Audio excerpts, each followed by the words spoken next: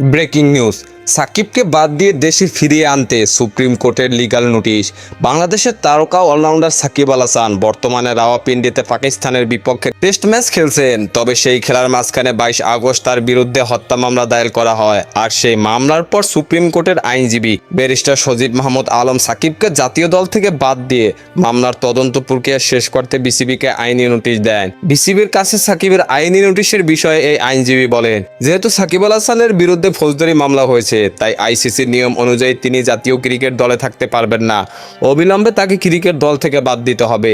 এর আগে পোশাক শ্রমিক রুবেল হত্যার প্ররোচনার অভিযোগে গত 22 আগস্ট সাকিবের বিরুদ্ধে ডিএমপির আদাবর থানায় মামলা হয়। এই মামলায় সাবেক প্রধানমন্ত্রী শেখ হাসিনা, ওবায়দুল কাদের সহ 156 জনকে আসামি করা হয়। মামলার 28 নম্বর জবানবন্দিতে সাকিবকে আসামি করা হয়েছে। এছাড়া মামলায় অজ্ঞাত আরও 400 থেকে 500 জনকে আসামি করা হয়েছে।